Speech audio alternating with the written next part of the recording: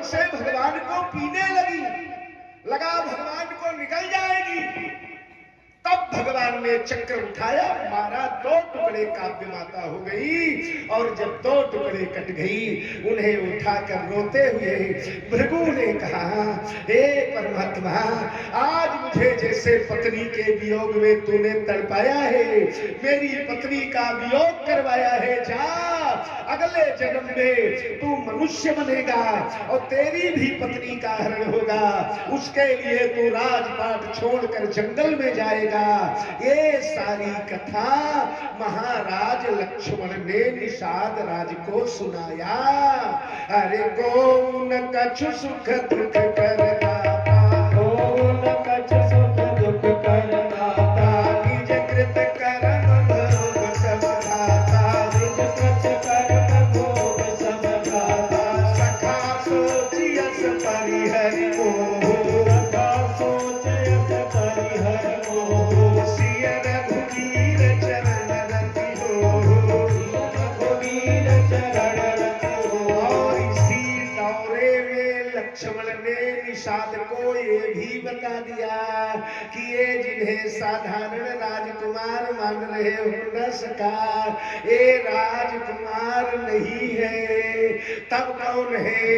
तो लक्ष्मण बोलते हैं, अरे राम ब्रह्म परमारथ रूपा, राम ब्रह्म परमारथ रूपा, राम ब्रह्म परमारथ रूपा, राम ब्रह्म परमारथ रूपा, अभिगत कथयनादि अनुपा, अभिगत कथयनादि अनुपा, सकल विकार रहित गत भेदा, सकल विकार रहित गत भेदा, अहिरित नेति निरूप ही भेदा, अहिरित नेति निरूप ही भेदा। साक्षात परब्रह्म है। और निषाद ने सुना, ध्यान देना, निषाद के ही पीछे केवट भी बर्छा लेकर के भगवान की रखवाली कर रहा था। अरे गुह बोलाई पाहरो प्रतीति, गुह बोलाय पाहरो प्रतीति, ठाम ठाम राखे अति प्रीति, ठाम ठाम राखे अति प्रीति। केवट ने सुना, ये सोने वाले ब्रह्म है, साक्षात परमात्मा है, तब तो ये मौका नहीं चूकूंगा। वहां से भागा। ये निषाद राज जो है ना, निषाद राजा का एक नियम था, ये सवेरे जागते थे और जो पहला भिखारी नंबर 1 पर खड़ा रहता था उसे मुहमागा दान देते थे, जो मांगे वो देंगे। केवटा वहां से दौड़ा, दौड़कर निषाद राज के दरवाजे जाकर खड़ा हुआ। इधर ब्रह्म मेला हो गई, चौकीदारी छोड़कर निषाद राज भी अपने महल में गए। वहां जाकर हाथ मुंह धोया, उसके बाद दरवाजा खोलकर ज्यों बाहर निकले तो पहले नंबर पर केवट खड़ा हुआ था। निषाद राज ने कहा, केवट आज पहले नंबर पर तू खड़ा है, पहले नंबर पर खड़े हुए भिखारी को मुहमागा देता हूं, बोल तुझे क्या चाहिए? केवट ने कहा, मालिक अगर देना चाहते हैं तो हमें एक दान दे। निषाद ने कहा, क्या? केवट ने कहा, मालिक आज गंगा के घाट पर जितनी नाव लगी है ना, इन सारी नाव को घाट से हटवा दिया जाए। आज गंगा के घाट पर अकेले मेरी नाव रहेगी मालिक, अगर और नाव रहेगी नहीं, वरना इस घाट पर कितनी नाव रहती थी मालूम है मेरे? अरे प्रात पार भये कहीं केवा, प्रात पार भये कहीं केवा, तो से राम सखा की सेवा, तो से राम सखा की सेवा। सारी अयोध्या की सेना एक ही खेवा में पार हो गई। हजारों नाव रहती है इस घाट पर, आज सब हटवा दिया, सब 10 किलोमीटर दूर हट जाए। केवट जानता है जब अकेले मेरी नाव रहेगी, जो चाहूंगा वो करूंगा, राम से जो चाहूंगा वो करवाऊंगा। अगर और नाव, आज सारे नाव वाले ने गद्दे लगा लगा के, तकिया लगा के, मसनद लगा के, चंदोवा लगा करके, झालरें लगा करके, फूल फाल लगा करके ये तैयारी में बैठे हैं, हम राम को पार करेंगे। केवटा ने कुछ नहीं लगाया, न गद्दा, न तकिया, न चंदोवा, न चादर, ऐसे ही टूटी नैया लेके बैठा है। जानता है कई नाव है तो करेंगे क्या, मरता क्या न करता। हमारे सरकार चले हैं आगे, और केवट कहता है ए प्रभु आप नर नहीं है, आप तो पर ब्रह्म रघुवर अवतारा।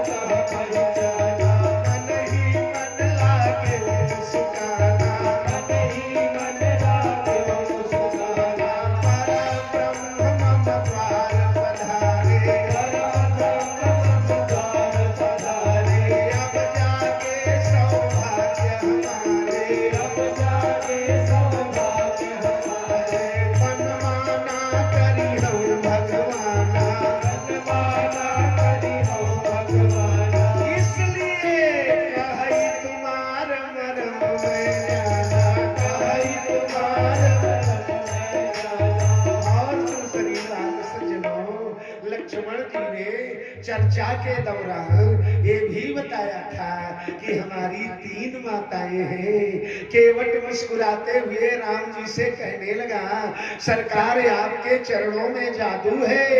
हाँ छुवत शिला भई नारी सुहाई, छुवत शिला भई नारी सुहाई, पाहन तेज काठ कठिनाई, पाहन तेज काठ कठिनाई। चरणों में एक बीमारी है, अगर पत्थर छू देते हैं तो पत्थर नारी बन जाता है। ये सरकार पत्थर जब नारी बन जाता है तो हमारी नैया तो काठ की बनी है। ये काठ भी पानी खाते खाते सड़ गया है, पुराना है। अगर एक धूल झड़ी और कहीं बदल के नारी हो गई तो गड़बड़ हो जाएगी क्या।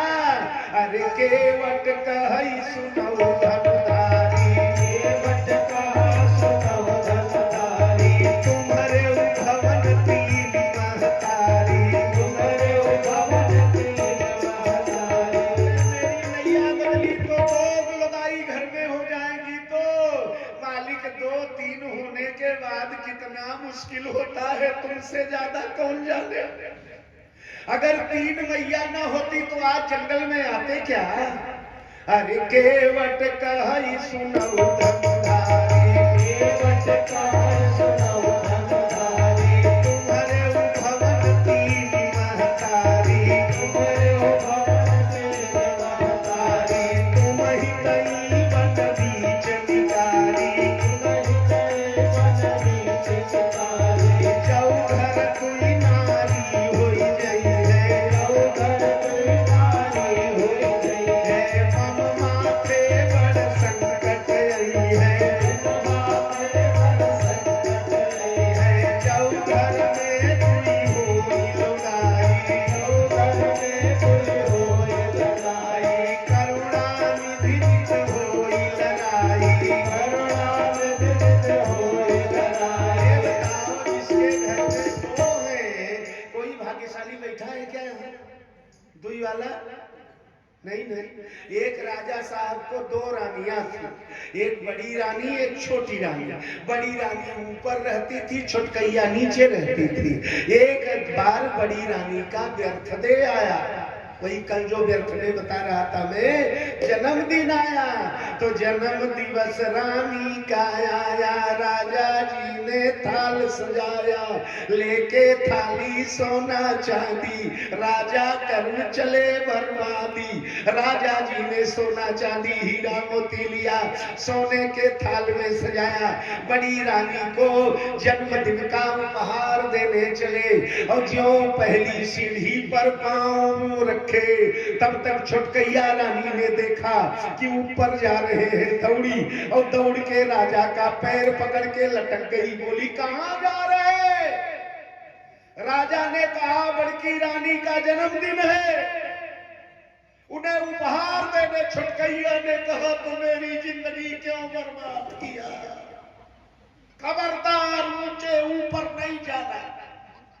राजा ने कहा नहीं नहीं जाने दो जाने दो। तब तक बड़की रानी ने सुना, दौड़ी दौड़ी आई, राजा की कलाई पकड़ा, बोली चुपचाप ऊपर चलो, ये कल वही कल की छोकरी, ये कौन होती है रोने रोकने वाली, मैंने ही तो इसकी शादी करवाया था तुमसे, चुपचाप ऊपर चलो। छुटकैया ने कहा खबरदार अगर ऊपर पैर उठाया तो वो ऊपर वो नीचे, वो ऊपर खींचे वो नीचे खींचे, खींचा खांची में राजा साहब गिर गए। पहले तो दोनों रानी आपस में झटापट, उसके बाद एक रानी ने बेलन उठाया, एक ने झाड़ू उठाया, दे दनादन दे दनादन। राजा बकरी जैसे मिमिया रहा है, मत मारो तो दुई रानियां चढ़ बैठे। एक पंडित जी दो शादी की, हमने कहा क्या, अरे बोले महाराज मैंने सोचा कि एक मारेगी तो एक बचाएगी, तो हमने कहा क्या हुआ, बोले अब एक पकड़ती है एक मारती है।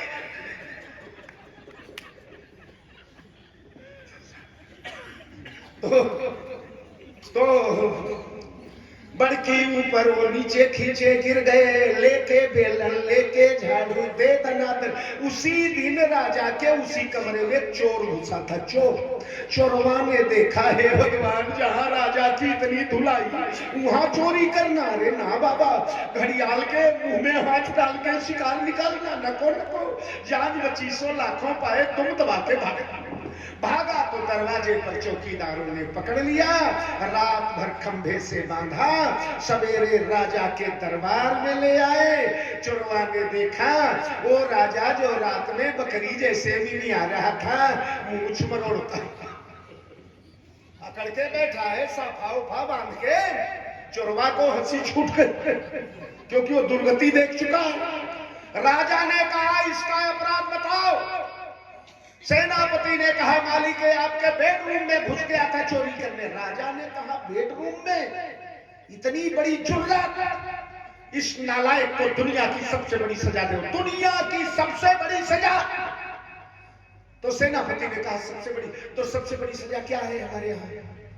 इंडियन पेनल कोड में सबसे बड़ी सजा है फांसी लटका दो। मंत्री ने कहा मालिक फांसी लटका दो। अरे राजा ने कहा फांसी से क्या होगा, और बड़ी सजा दो। तो बोले सरकार इसका गला काटा। अरे बोले इससे क्या होगा, और बड़ी सजा दो। तो दोनों आंख निकाली। अरे बोले इससे क्या होगा, और बड़ी सजा दो। दोनों हाथ काट ले, इससे क्या है, और बड़ी।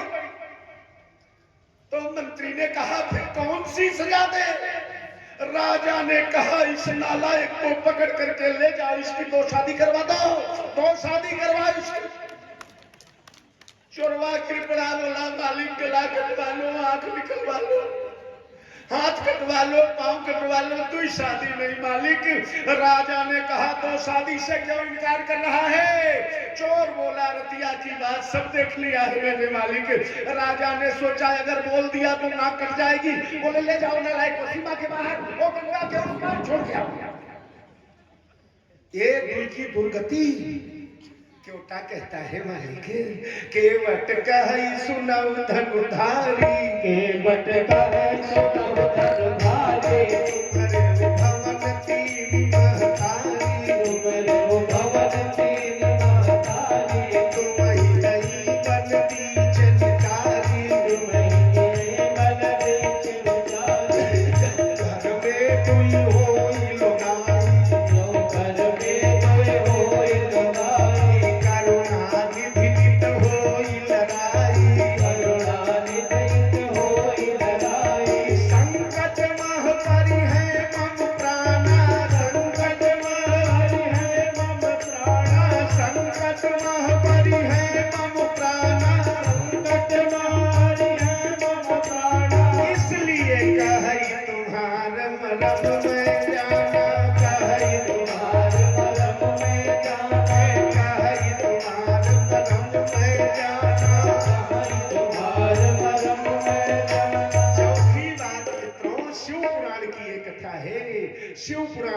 था। पुराणाचार्य ध्रुव महाराज बैठे हैं, पूछिएगा।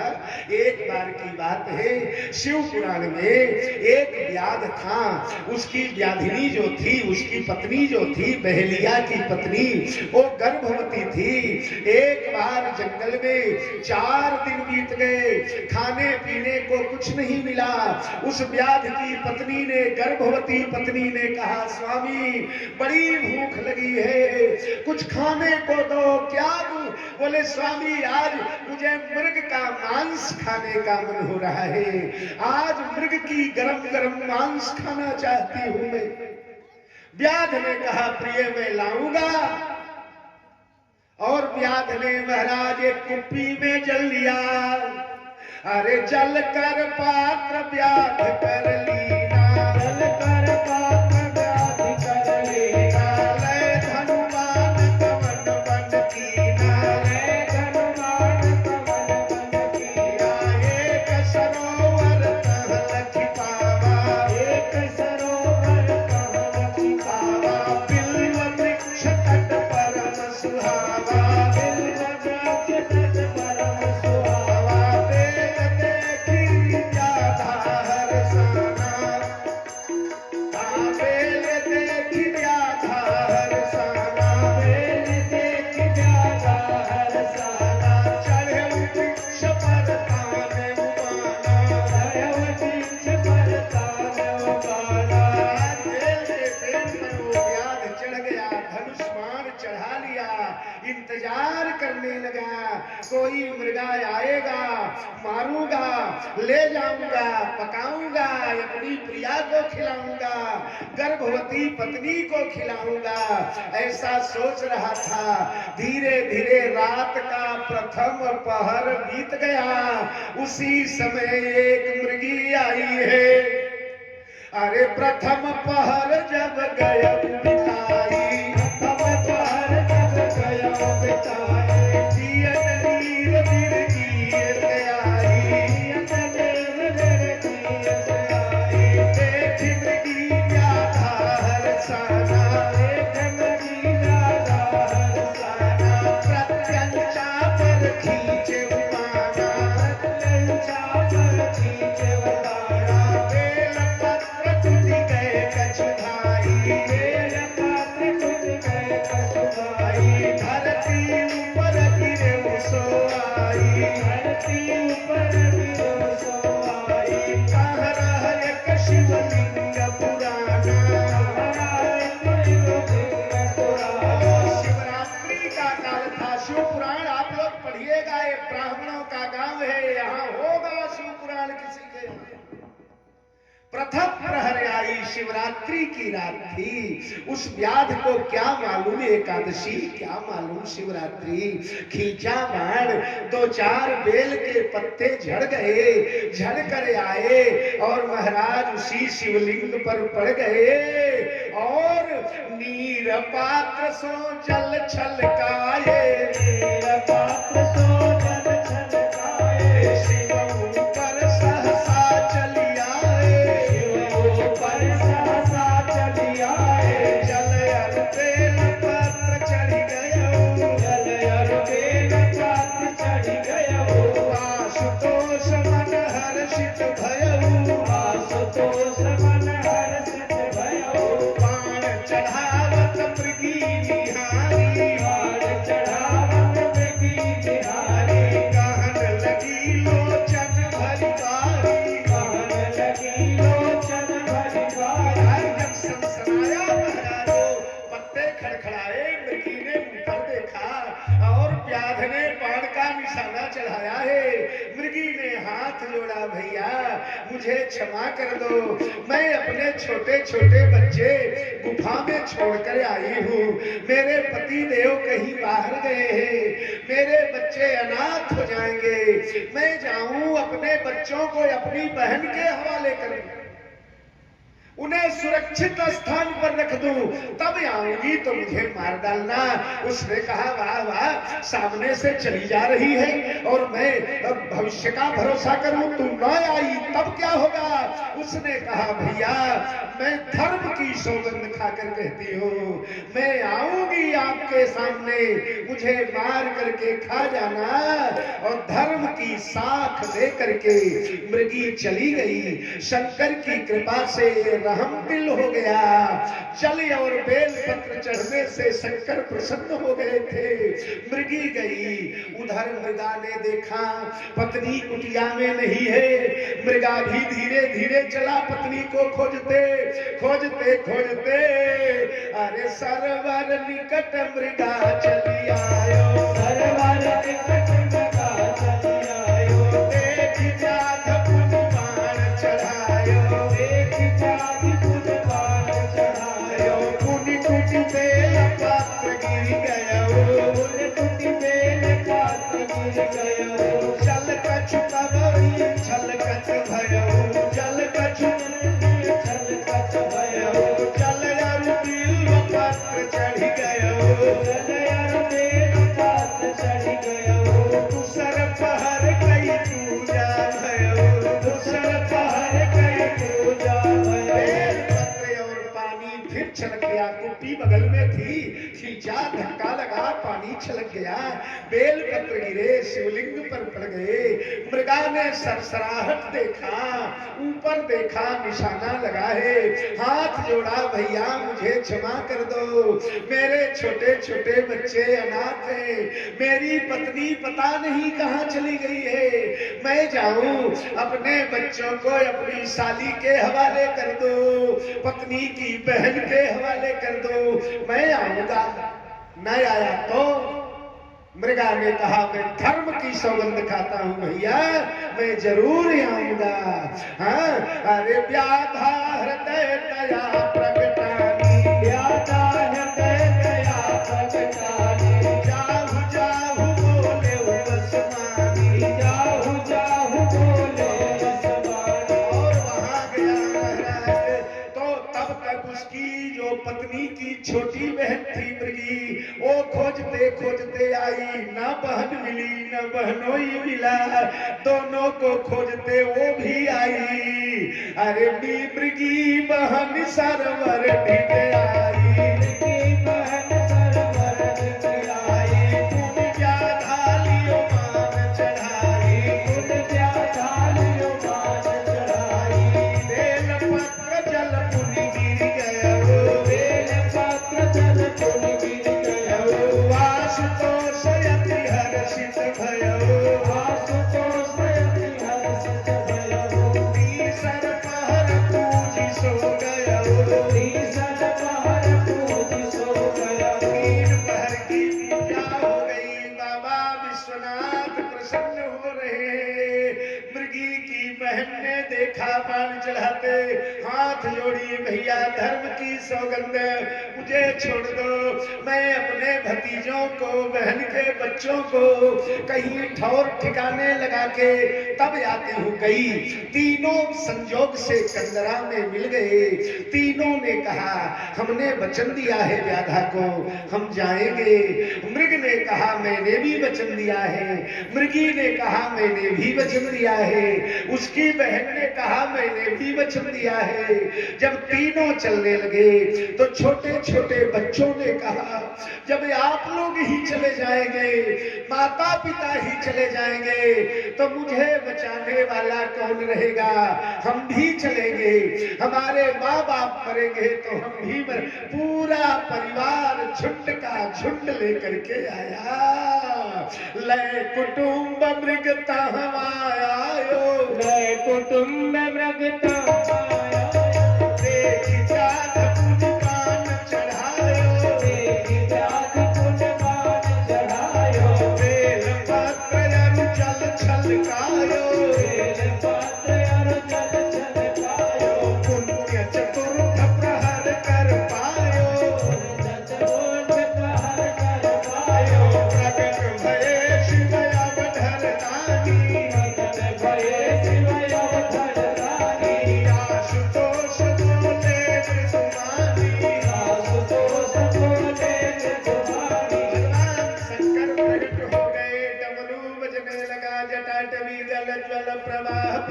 स्थले गले वलंबे लंबिता भुजंग तुंगमाली डमर डमर डमर डमर निगाह डमर डमर चकार चंड तांडवम तनोतुना शिव। भगवान शंकर का डमरू बजने लगा। प्रसन्न हो गए। बोल व्याधा, तूने आज चारों पहर की पूजा कर डाला बेटा। हजारों वर्ष से मैं यहाँ सूखा सूखा पड़ा था, किसी ने एक बूंद पानी नहीं डाला था, किसी ने एक बेलपत्र नहीं चढ़ाया था। तूने आज शिवरात्रि के दिन हमें संतुष्ट कर दिया। और बेटा जा, अगले जन्म में तू केवट का जन्म धारण करेगा, केवट बनेगा।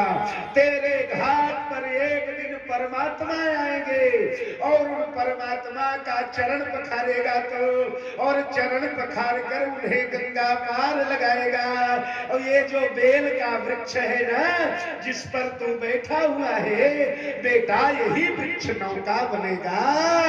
अरे बेल वृक्ष नौका बन जाए, बेल वृक्ष नौका बन जाए। पर ब्रह्म होई है रघुराई, पर ब्रह्म होई है रघुराई। तू केवट कर होई तोर केवट अवतारा, होई तोर केवट अवतारा। आई है द्वार जगत आधारा, आई है द्वार जगत आधारा। तिनहि दियो तुम पार लगाई, तिनहि दियो तुम पार लगाई। आवागमन तुरत मिट जाई, आवागमन तुरत मिट जाई। केवट रघुनंदन लखि पावा, केवट रघुनंदन लखि पावा। पाछिल जन्म याद होई आवा, पाछिल जन्म याद होई आवा। याद भये शंकर वरदाना, याद भये शंकर वरदाना। इसलिए कहई तुम्हार मरम मैं जाना, कहई तुम्हार मरम मैं जाना। इसलिए कहता है मुझे तुम्हार। और एक कथा पद्म पुराण की है। बाबू इधर बैठा, इधर बैठा। मनचवा थोड़ा मजबूत तो रहे, तुम रहोगे तो हल्का नहीं रहेगा बेटा।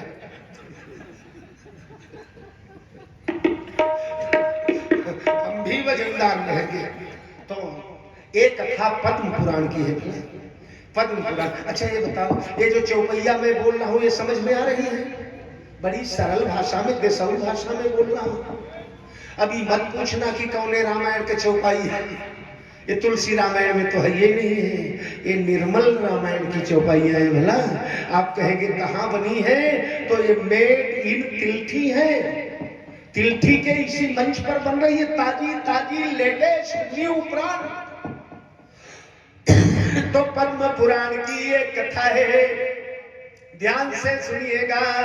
अरे क्षीर सिंधु एक दिवस कृपाला, क्षीर सिंधु एक दिवस कृपाला। शेष सेज सोवत रसशाला, शेष सेज सोवत रसशाला। कच्छप एक समुद्र मझारी, कच्छप एक समुद्र मझारी। सोवत देखे सो करारी, सोवत देखे सो आते जाओ बेटा। मेरे साथ 10-5 कथाओं में जो गायक लोग रह लेते हैं ना, और उन्हें कुछ आए चाहे न आए, पर रामायण के चौपाई की पीएचडी करवा देता हूं मैं। इतनी चौपाई गवाता हूं, शायद भारत में इतनी चौपाई बड़े कम लोग गाते होंगे। तो क्षीर सागर की कथा है। कच्छप एक समुद्र मझारी, कच्छप एक समुद्र मझारी। सोवत देखे सो करारी, सोवत देखे सो करारी।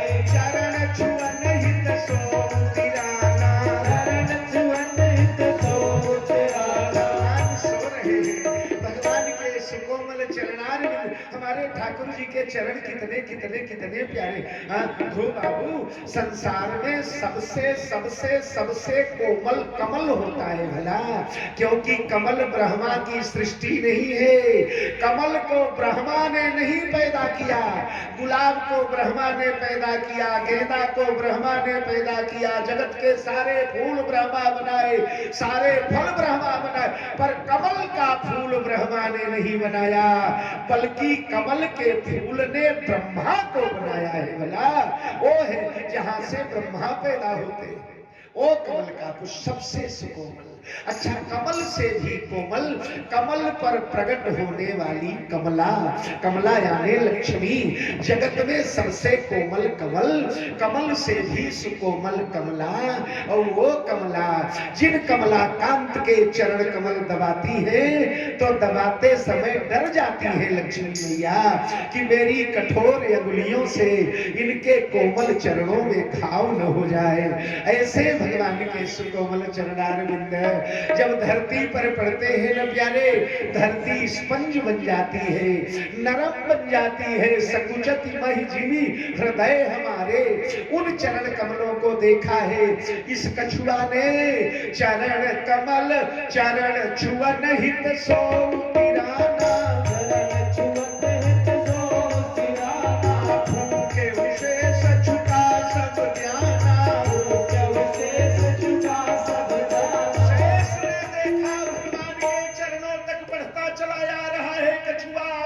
कहीं दंश मार दिया, कुछ कर दिया तो चरण में घाव हो जाएगा।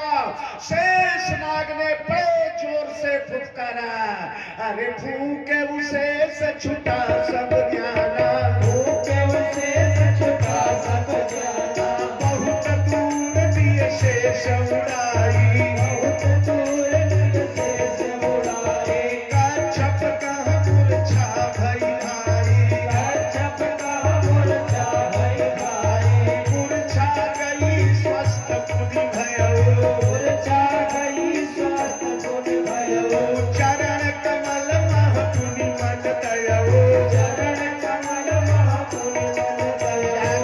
जाग कर फिर धीरे धीरे चलते चलते ठाकुर जी के चरणों के पास आया। अब की बार अरे पुनि लक्ष्मी फेंकी झुझलाई, पुनि लक्ष्मी फेंकी झुझलाई, केवट चरण छुयो कच्छप चरण छुयो नहीं भाई, कच्छप चरण छुयो नहीं भाई, चरण वियोग प्राण छुट गयो, चरण वियोग प्राण छुट गयो, सोई केवट बन जनमत भयो, सोई केवट बन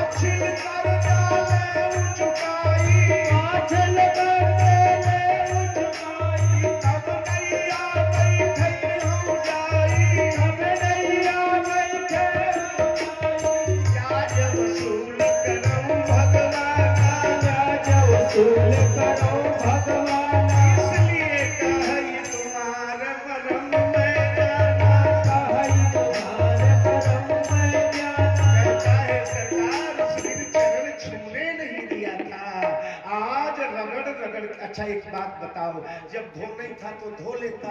वो कहता है ना, ऐसे नहीं धोऊंगा, जब आप गिड़गिड़ाओगे, आप कहो। अच्छा ये बताओ, कोई भला आदमी किसी को कहता है क्या कि मुझे पैलगी करो? हाँ? हम लोग जाते हैं जजमानों के यहाँ, कई जगह जाते हैं, लोग थाली लोटा लेकर के दौड़ते हैं, चरण पखारते, पीते हैं साहब, पीते हैं। अभी भारतवर्ष में बहुत धर्म है, अभी ब्राह्मणों के चरण धूल की महिमा बहुत लोग जानते हैं। ब्राह्मण अगर संध्या वंदन करता है, ध्यान देना माताओं बहनों भाइयों, संध्या वंदन करता है, सुमार्ग से रहता है, सच्चरित्र ब्राह्मण है, तो उसके चरण की धूल भगवान नारायण उड़ेलते हैं। धर्म सम्राट स्वामी करपात्री जी महाराज, इन आंखों ने देखा था स्वामी जी को, केदार घाट पर रहते थे। धर्म संघ में 3 बजे स्वामी जी स्नान करके शीर्षासन से दुर्गा सप्तशती का पाठ करते थे, सिर के तरफ खड़े होकर के। उसके बाद 5:30 बजे स्वामी जी मॉर्निंग वॉक को चलते थे तो एक ब्राह्मण टोकरे में शालिग्राम भगवान लेकर चलता था। एक ब्राह्मण दिवाकर शास्त्री तुलसी का कुंडा लेकर के चलते थे। तुलसी और शालिग्राम दोनों के बीच में वह अल्हड़ सन्यासी चलता था, जिनकर पात्री जी के बारे में कहा जाता है, मुट्ठी भर भोजन हिमालय जैसा ज्ञान। केवल एक मुट्ठी हाथ में जो आए उतना खाते थे और पूरा हिमालय समाया था मस्तिष्क में। वो स्वामी जी जब घूमने चलते थे तो एक श्लोक बोलते थे, कौन सा जानते हैं? इससे आपको ब्राह्मण के चरण के धूल की महिमा।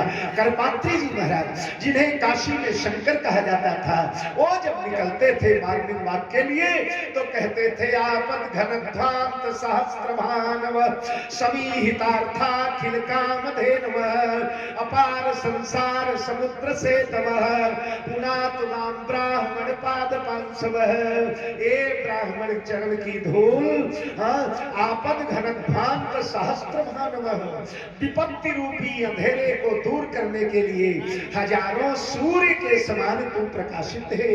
अपार संसार समुद्र से तव, जो अपार संसार सागर को पुल के समान बनकर पार करवा देती है। सभी हितार्थाखिल कामधेनव, मनोकामना को पूरी करने के लिए तू कामधेनु के समान है। ऐसे ब्राह्मण की चरण की धूल मुझे पवित्र कर दे, मुझे पवित्र कर दे, मुझे। ये स्वामी करपात्री जी महाराज कहते थे। भला धर्म सम्राट, ये ब्राह्मण चरण की महिमा है। तो महाराज आज केवट ने कहा, स्वामी जी ये सरकार, अगर धोना धुल पार जाना है तो मोहि पद पदुम पखारन कहो। ये बताइए, कोई अपने मुंह से कहता है मेरा पैर धोइए, मुझे पैलगी करो, मुझे प्रणाम करो, मेरी आरती को? भला आदमी कहेगा का हो? और राम जी कहेंगे अपने से, पर वो कहता है कहो। अगर लाया होता डायरेक्ट धो लिया होता, हमारे राम जी रोकने वाले नहीं थे, पर कहता है ऐसे ना धोऊंगा। उस दिन नहीं धुलवाए थे तो आज गिड़गिड़ाना पड़ेगा। अरे जाऊं प्रभु पार अवसिका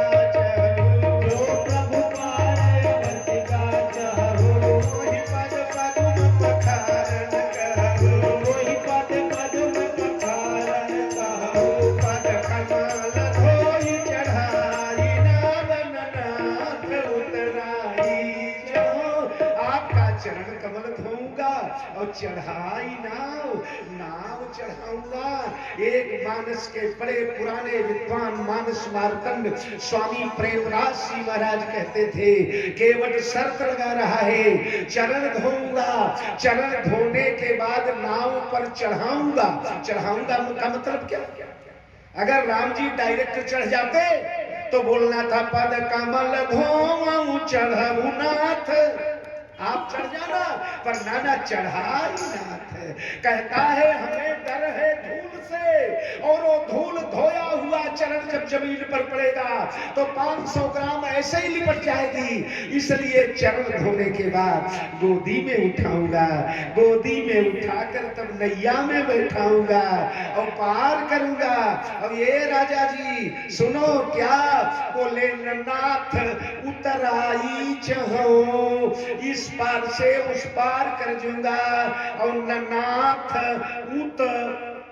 उत माने उधर, राई माने राई हो सरसों, नाथ उतराई चाहो पार कर दूंगा, पर तुमसे एक राई भी नहीं लूंगा, एक सरसों का दाना भी नहीं लूंगा मजूरी के रूप में। पद कमल धोई चढ़ाई नाव, नाथ उतराई चहो, मोहि राम राउरियान दशरथ, शपथ सब साची कहो, मोहि राम राउरी, हे राम मुझे तुम्हारी, और आन दशरथ मुझे आपकी और आपके बाप की, दोनों की शपथ है, दोनों की सौगंध है। और जब बाप की सौगंध खाया लक्ष्मण कूद पड़े तिल मिला करके। लक्ष्मण ने कहा 2 टके के केवट, अभी बता, खींचा धनुष्मान, केवट मुस्कुराया, क्या कर रहे हो, बाण चलाओगे?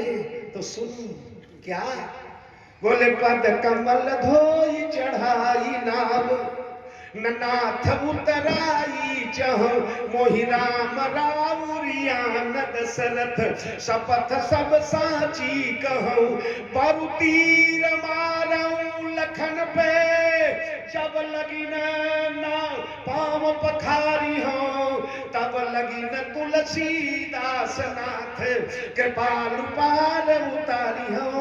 अभी तक तो केवल आपके लिए ब्रेक लगाया था, इन दोनों को मैं पार कर देता था, इन दोनों के लिए हमारी कोई शर्त नहीं थी, मैं केवल आपके लिए ब्रेक लगा रहा था।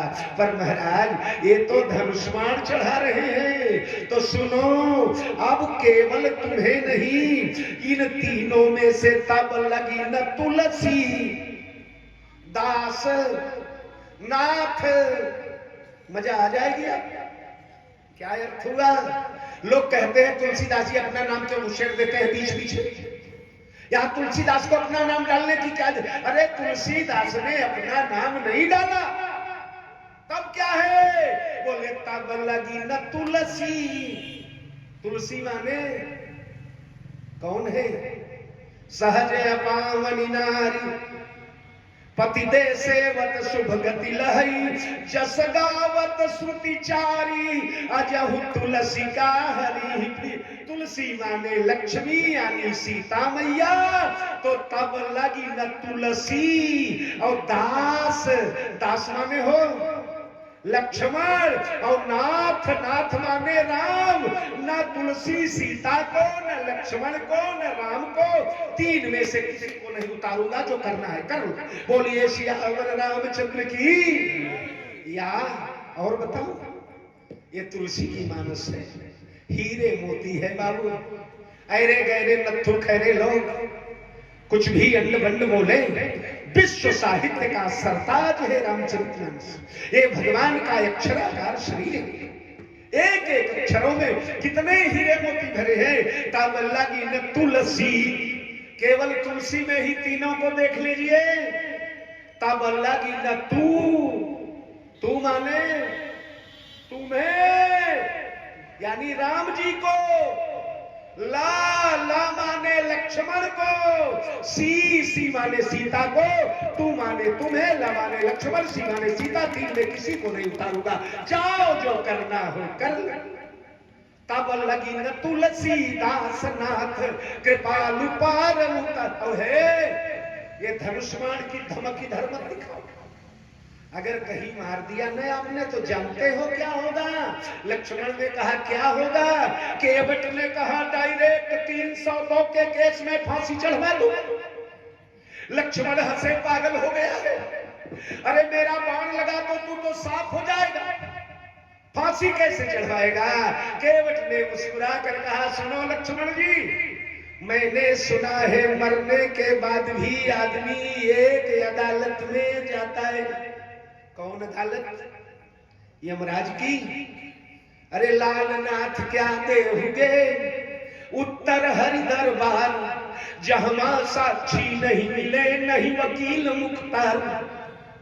वहां झूठी गवाही देने वाला नहीं मिलेगा, वहां वकील मुख्तियार नहीं मिलेंगे, डायरेक्ट वादी प्रतिवादी को खड़ा होना पड़ता है।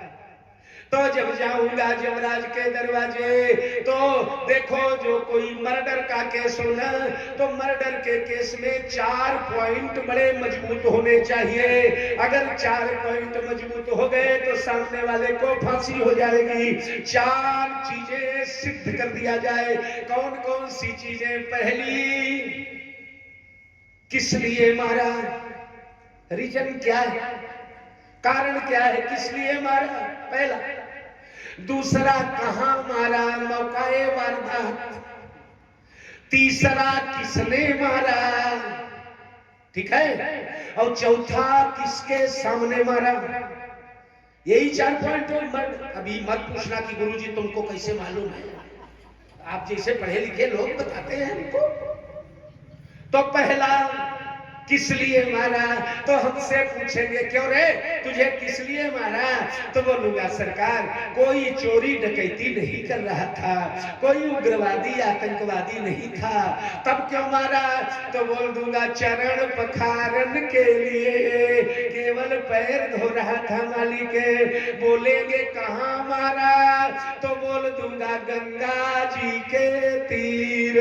बोलेंगे किसने मारा, तो बोलूंगा लखन लाल मारे वही। बोलेंगे कोई गवाह था, तो मैं बोलूंगा है गवाह रघुवीर। राम जी झूठ बोलोगे क्या, भगवान ने सिर नीचे झुका लिया, लक्ष्मण तिलमिला करके रह गए। और केवट कहता है सुनो हो, मारो ना, मारो, अगर मार दिया तो मेरी लॉटरी खुल जाएगी। कैसे खुलेगी, वो बोला सरकार के प्राण ते प्रिय बंधु, सोई मोही बाण से मारत है। कोई चोर डाकू के हाथों नहीं मर रहा, कोई उग्रवादी के हाथों नहीं मर रहा, दाऊद इब्राहिम नहीं मार रहा है, ओसामा बिन लादेन। तब बोले सरकार के प्राणन से प्रिय बंधु, सोई मोही बाण से मारत है। और मरता हूं कहां सूची गंगा के तीर, जहां मुनि अंत सुधारत है। गंगा के किनारे मरना प्यारे, गंगा के 5 योजन उत्तर 5 योजन दक्षिण जो व्यक्ति मर जाता है, तेवई जनाशो अमृतत्वम लभन्ते, वो देव योनि प्राप्त करता है। ये गंगा, बोल गंगा मैया की। तो मरता हूं कहां सूची गंगा के तीर, जहां मुनि अंत सुधारत है। और बताऊं, मम भाग बड़े प्रभु आगे खड़े, ऐसी मौत मिली आशा किसी को।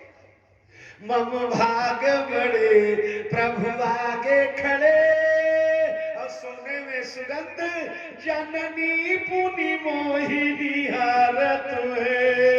मैया वरद हस्त करके सीता मैया खड़ी है, ऐसे हाथ करके, बेटा डरना मत, केवट लक्ष्मण को भड़कने दे, तू डटा रहे अपने पर। तो जननी पुनि मोहिनी हारत है, और अपराध यही यह दास को है, प्रभु के पद पद्म पखारत है। आपके चरण पखारने के अपराध में आपके प्राण प्यारे भैया लक्ष्मण के द्वारा मारा जाऊंगा, गंगा के जल में गिरूंगा। वो गंगा का जल मरने के बाद जहां 100 साल के बाद भी हड्डी पड़ जाए तो व्यक्ति मुक्त हो जाता है। गंगा के किनारे मरूंगा, सीता मैया का वरद हस्त उठा है, जननी के सामने मरूंगा। ये मृत्यु का सौभाग्य बार बार नहीं आएगा। मारो, लक्ष्मण का बाण तरकस में चला गया। पहली बार महाकाल का निकला हुआ बाण तरकस में आ गया। लक्ष्मण हाथ मसलने लगे और हमारे राम ने हथियार डाल दिया। अरे कहे बेगिया नु जल पाए पखार देखिया जन पाय पखारो, हो कबीरा तब उतारहि मारो, हो कबीरा तब उतारहि मारो, केवट राम रजाय सुपावा, केवट राम रजाय सुपावा, पानी कठौती भरि लई आवा, पानी कठौती भरि लई आवा। मैं गलत कर दिया तो ये भी गलत करे जा रहे हैं। पानी कठौती है का हो? हाँ? पानी कठौता भरि लई आवा, पानी कठौता भरि लई आवा। कठौती ले लिया आया होता तो क्या बिगड़ जाता? केवटिनिया पहले कठौती लाई थी। जब कठौती लाई, केवटा ने कहा ना रे इसमें खतरा है। केवटिनिया ने कहा क्या? उसने कहा सुन, इनके चरण धूल से डर रहा हूं ना, चरण धुलिया लगने से शिला स्त्री बन जाती है, तो शिला स्त्रीलिंग था इसलिए स्त्री बन गई। अगर कठौती लाएगी कहीं कुछ गड़बड़ हुआ तो कठौती से लुगाई बनेगी, तब बोले लुगाई बनेगी तो माथे पर दो हो जाएगी, इसलिए कठौती ना। तब बोले पानी कठौता भरि लई आवा, पानी कठौता भरि लई आवा। कठौता ले आ, अब कठौता आएगा तो कम से कम पुरुष बनेगा। कठौता पुलिंग है ना, कठौती से स्त्री बनेगी, कठौता से पुरुष बनेगा, और वह कम से कम हमारी नैया तो खेगा। और अगर ना बना पुरुष, कठौतवा ज्यों का त्यों रह गया तो देखो, पहले वो लाई थी तांबे का एक बर्तन, इसने कहा ना ये उदासी है, उदासियों को धातु का स्पर्श नहीं करवाना चाहिए। फिर तांबे में अगर धोएंगे तो एक बार तांबा रगड़ दिया तो सब धोवन चला जाएगा, इसलिए लकड़ी का कठौता ला। उसमें जब धोएंगे ना तो लकड़ी में पानी सोखने की क्षमता होती है, इनका चरणामृत वो लकड़ी सोख लेगी, और सोख लेगी तो उसी में तो रोटी बना बना के रखेगी, हम और हमारे बच्चे खाएंगे, हमारा भविष्य उज्जवल होगा, हमारा विचार पवित्र होगा। और कठौता आ गया, अरे अति आनंद उमगी अनुरागा, अति आनंद उमगी अनुरागा, चरण सरोज पखारन लागा, चरण सरोज पखारन लागा। आपने कहा भैया कितना टाइम लगाओगे, कितना टाइम लगाओगे? केवटा ने कहा महाराज कम से कम 22 घंटा तो जरूर लगाएंगे। कल रात को 10 बजे चरण धो करके आपको उतारेंगे। राम जी ने कहा इतनी देर से नदी के किनारे खड़ा रखोगे? केवट ने कहा क्यों जी, अब तुम्हें टाइम का ज्ञान होने लगा। इस जीवात्मा को अरबों जन्म से भवसागर के किनारे खड़ा करके रखे हो, तब हमने तो शिकायत नहीं किया और तुम केवल 22 घंटे में शिकायत करने लगे। राम जी ने सिर झुका दिया, रगड़ो भैया। अरे कठमत में 3 लोक के सरकार आ गए, कठमत में 3 लोक के सरकार आ गए, कठमत में 3 लोक के सरकार आ गए, कठमत में 3 लोक के सरकार आ गए। भक्तों की नवरिया के वनहार आ गए, भक्तों की नवरिया के वनहार आ गए। ठाकुर यार केवट के कठौते में समा गया, इससे बड़ा समाजवाद कहाँ मिलेगा बाबू? एक केवट के सामने ब्रह्म बेबस होकर के खड़ा है। भारत में छोटे लोगों का ऐसा सम्मान किया जाता था, ऐसा समादर किया जाता था। राम जी को आज गंगा पार नहीं करेंगे, घाट पर खड़े होने की मजा क्या होती है वो भी थोड़ा देख ले, ताकि हम लोगों के लिए थोड़ा रहमदिल बने, हम लोगों को थोड़ा जल्दी पार करे। और अब टाइम हो रहा है, ज्यादा समय आपको बैठा में संकोच के मारे आप बेटे पंडित जी कथा चालू किए, अपने बस्ती में पंडित जी आंख बंद करके चल दिए और झोंकते चले गए। रात को 1 बज गए, धीरे धीरे सारे श्रोता खसकरता हुआ सब चले गए, एक कौन न बचा। एक कोने में एक दादा बैठे थे। गुरुजी ने बुलाया, दादा इधर आओ। आए, बोले इस गांव में आप एक विद्वान निकले जो मेरा प्रवचन समझ पाए, बाकी तो सब ऐसे ही थे, सड़क छाप चले गए। दादा डंडा लेके गए, दौड़े, बोले पंडित के बच्चे, मैं तेरा प्रवचन सुनने नहीं बैठा था। बोले तब क्यों बैठे थे? बोले जिस गद्दे पर बैठा है गद्दा मेरे घर का था, मैं सोच रहा था कब उठेगा, कब मैं लेकर के जाऊंगा। तो भाई साहब ज्यादा, क्योंकि आपको कल भी बुलाना है, आप लोग इसी प्रकार से यह ज्ञान यज्ञ आपके बीच में होता रहे। उस गांव को गांव कहे हम क्या, जिस गांव में राम कथा ही नहीं, जहां राम कथा नहीं होती वो गांव गांव नहीं है, वो श्मशान है। जहां तक इस प्रक्षेपण यंत्र की आवाज जा रही है, वहां की एक एक ईंट, एक एक जर्रा, एक एक बच्चा सब पवित्र होते हैं। भगवान की कथा महाराज हमारा भाग्योदय करती है, हमारे जीवन की व्यथा मिटाती है। और भव सागर चह पार जो पावा, राम कथा ताकह दृढ़ नावा। भव सागर पार करने के लिए दृढ़ नौका के जहाज है, स्टीमर है। इसलिए इस दिव्य राम कथा के सहारे आपके गांव के धार्मिक लोगों के परिश्रम की कमाई से, देखो बिरला टाटा करोड़ों रुपए खर्च कर दे, ये बाबा लोग जाते हैं तो लाखों लेकर के आते हैं, हमारे लाखों में जानता हूं। तो बिरला टाटा लाखों करोड़ों खर्च कर दे, पर गांव देश का रहने वाला व्यक्ति जो मजूर अपने खेतों में मजूरी करता है, किसान दिन भर सरसों काटता है और मटर काटता है, काट कर पसीना बहाकर आता है, रात को 2 घंटे बैठता है और 2 पैसा भी अगर इस यज्ञ में दे देता है तो बिरला टाटा के करोड़ रुपए का मुकाबला वो करता है। भला परमात्मा के रजिस्टर में उनके दान से उसका दान बड़ा माना जाता है। इसलिए सारे गांव वाले मिलकर के आप लोग इसी प्रकार से यह ज्ञान गंगा प्रवाहित करते रहे। सज्जनों एक बात बताऊं, धर्मराज जी, बस 1 मिनट, एक गांव में आग लग गई, सुना होगा विद्वानों से आपने कई बार, पर बड़ी गहरी बात है इसलिए मैं भी सुना दूं। आग लग गई, पूरा गांव धू धू करके जलने लगा। जब गांव जलने लगा सज्जनों, तो लोग कोई बाल्टी लिया, कोई घड़ा लिया, किसी ने फायर ब्रिगेड मंगवाया, दुनिया भर का पानी छिड़का जाने लगा, लेकिन नहीं बुझ रही है आग। उसी समय एक चिड़िया आई है, चिड़िया एक सरोवर में गई है, चोंच में पानी भरा है और 2 बूंद पानी लेकर आई, लपटती हुई ज्वालमालाओं के ऊपर उड़ेल दिया उसने।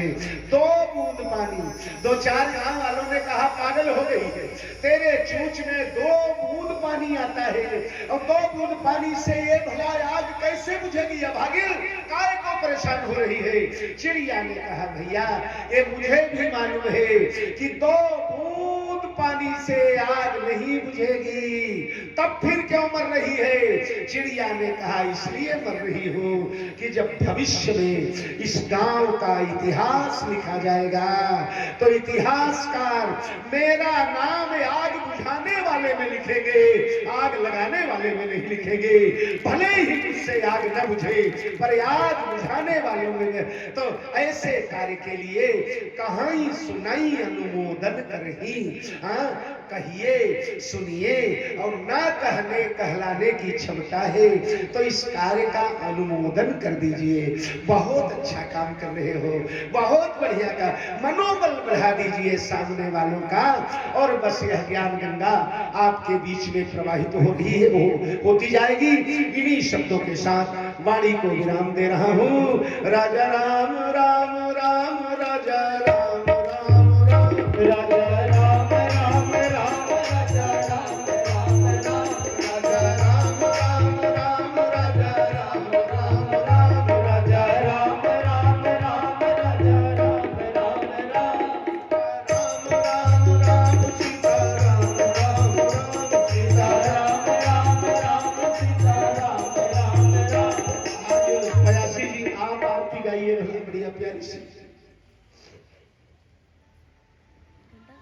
बहुत अच्छे संगीत वाले भैया लोग, क्या बात है, आनंद आया बहुत।